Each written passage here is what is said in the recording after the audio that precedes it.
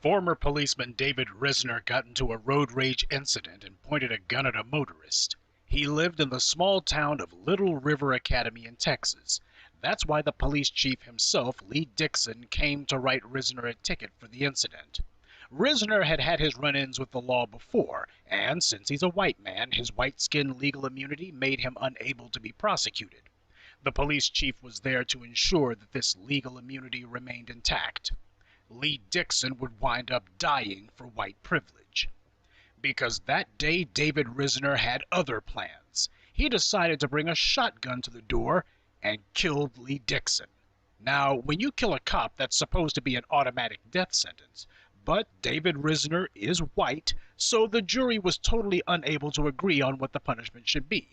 Now, what they say is that he'll go to prison for life, but do you really want to bet on that?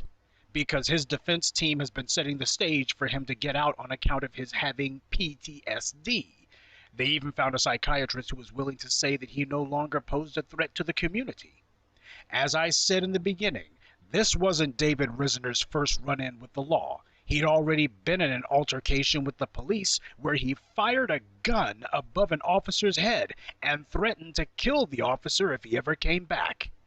In a second incident, Risner became belligerent with the police during a traffic stop. Guns were found in his car. This murder was totally avoidable. David Risner had already tried to kill a cop, but in the United States, white males are immune from law, so instead of Risner getting a life sentence for murder, which is what a black man who fires a gun even in the direction of a police officer would get, or a felony of terroristic threats for threatening a police officer, which is what a black man who would threaten a cop would get, instead, David Risner just got a slap on the wrist. And by how casually Chief Lee Dixon came to David Risner's home, it's obvious they figured he was just a good old boy, just like them. Yeah, blue lives matter all right, but not to the cops. By the way, Lee Dixon's widow, Mary Dixon, was at Risner's sentencing, and she told him that she could not forgive him. Just a point to those forgive Negroes. The sentencing took place last Wednesday, and since this was in Texas, I was wondering where all the police attention was. After all, they made a huge deal out of a mentally ill man who allegedly killed a cop in Houston. That's where the whole Blue Lives Matter lie got started in the first place. But the police's interest in this case was far, far less. See, blue lives matter, but only if a black person takes it. Louisiana's own racist legislature passed a ridiculous show bill that declared it a hate crime to attack a police officer. A hate crime? Based solely on your line of work? What next? Will it be a hate crime if your dog bites the mailman? Barack Obama's silly behind signed into law a bill that was meant to protect police, and all I can say is talk about a solution to a problem that doesn't exist. I already exposed the whole Blue Lives Matter scam on my other channel, and, as the police's own figures show, the killings of police is down, even from last year. But if there was a case that the police should be angry about, it's this one. A cop murdered by a man who was one of their own, and yet they say nothing about it. The fake outrage and phony indignation from the police is sickening. Well, perhaps they heard of this crime then. Just a couple of days ago, a former deputy in the Broward Sheriff's Office, Craig Costa, committed suicide. Now, as I pointed out in my Blue Lives Matter video, suicide is the most common cause of death for police officers. And, just like Joe the Thief Glenowitz, Costa committed suicide in order to escape punishment for a crime that he had been committing. In this case, child porn. Hidden cameras caught him making contact with a 15-year-old girl online, and he eventually convinced her to send him a steady stream of sexually explicit photos and videos of herself.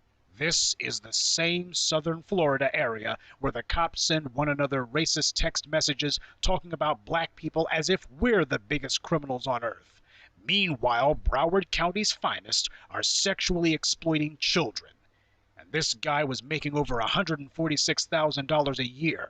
That's a lot of money to give to a taxpayer-supported child molester. And to think, police bitch and moan that they're not paid enough and not appreciated enough. Well, only a few hours after Costa made bond, he shot himself with his own gun.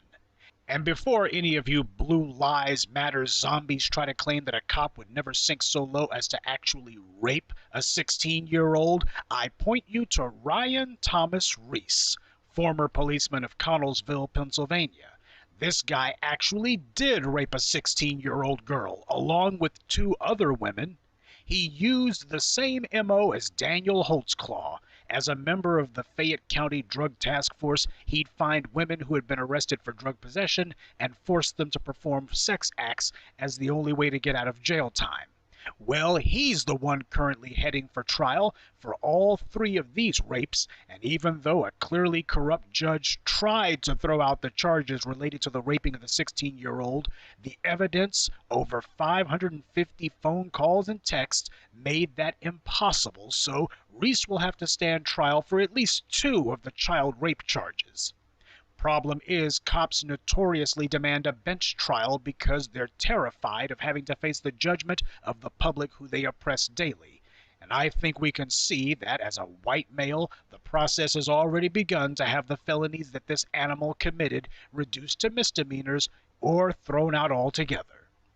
This bastard is a serial rapist, and nobody in the media even dares to use that term, even though that's exactly what he is. Cops rape children, and Obama says nothing. No talk of signing a bill to protect the public from the police. Perhaps we need to make it a hate crime for cops to attack someone. Seems the most dangerous threat to the police, as usual, is themselves. Though I would like to add one last case study in how blue lives simply don't matter, especially to white people. Darcy Pendleton shot a cop on May 7th of this year in Mahomet, Illinois. It was a routine traffic stop that ended in murder when Pendleton started an argument with the officer and shot him dead. Pendleton then went on the lam, but was tracked down and killed in a shootout with the police and FBI. But the same pattern emerges with this guy that we find with virtually every other white male who commits a felony. Because court records showed that in February 2012, Pendleton was arrested after he threatened an individual with a gun. He was charged with aggravated assault with a firearm, stalking, and 4 counts of criminal trespass. That's 2 hard felonies, and in Illinois, criminal trespass is potentially a felony as well. But this is a white man we're talking about, and his white skin privilege is court-proof. So, all he got was a misdemeanor charge of aggravated assault with a 30-day jail sentence and a $3,000 fine. As usual, white males get charged with felonies, but always get them knocked down to misdemeanors. Because the American injustice system allows white males to routinely do the courthouse 2-step, and as a result, a cop is dead unnecessarily. Now, are we going to see the police do something that will actually save police officers' lives and demand that prosecutors stop the white skin privileges that embolden white felons to eventually graduate their way to cop killers? Of course not, because so many of these cops are depending on white skin privilege themselves for their own crimes. And so the self-inflicted genocide of white-on-white crime continues, and the perverted farce of blue lives matter also continues.